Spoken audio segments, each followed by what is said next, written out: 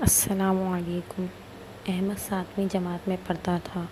اس کو دال اور سبزی کھانا بالکل پسند نہیں تھا۔ وہ بریانی، پیزا اور برگر جیسی چیزیں شوق سے کھاتا تھا۔ ایک دن وہ اسکول سے آ کر کھانا کھانے بیٹھا تو کھانے میں لوکی دیکھ کر اس کا منہ بن گیا۔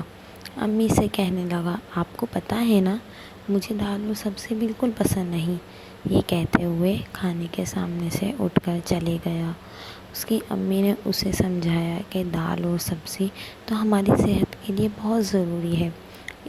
اس نے ایک نہ سنی، فریج کھولا کہ کھانے کو کچھ ہوگا، لیکن اس میں کچھ بھی نہ تھا۔ اس کے پاس کچھ رقم تھی۔ اس نے برگر کی دکان سے برگر لیا اور گھر آیا، برگر کو پلیٹ میں رکھا اور فریج میں سے پانی کی بوتل اٹھا کر لایا تو اس نے دیکھا کہ اس کے برگر پر مکڑی بیٹھی ہوئی ہے۔ اس نے وہ برگر پرندوں کے لیے چھت پر رکھ دیا۔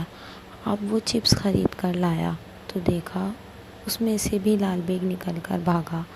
بھوک کے ساتھ ساتھ اس کا غصہ بھی بڑھ رہا تھا۔ اس نے بریانی خریدی تو اس میں سے بھی بال نکلا۔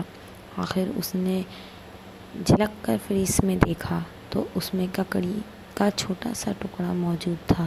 اس ککڑی کا ٹکڑا جسے کھانا تو دور کی بات، وہ ہاتھ لگانا تک پسند نہیں کرتا تھا۔ اس کو وہ بے صبری کے ساتھ کھانے لگا، لیکن فوراً اسے احساس ہو گیا کہ وہ تو خراب ہو چکا ہے۔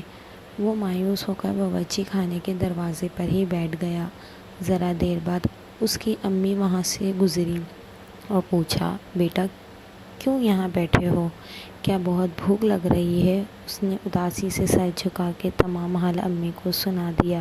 امی نے اسے سمجھایا کہ تم نے رزق کی بے ادبی کرتے ہو، یہ اس کی سزا ہے۔ بیٹا، بہت سے لوگوں کو تو یہ بھی نہیں ملتا، اس لیے رزق کی قدر کرو، ورنہ خدا نہ کرے نوالے کو ترس جاؤ گے۔ اس نے امی سے پکا وعدہ کیا کہ وہ آئندہ اللہ کی رزق کی ناقدری بالکل نہیں کرے گا۔ اس کی امی نے اسے کہا کہ ہاتھ منہ دھو، میں کھانا لگاتی ہوں۔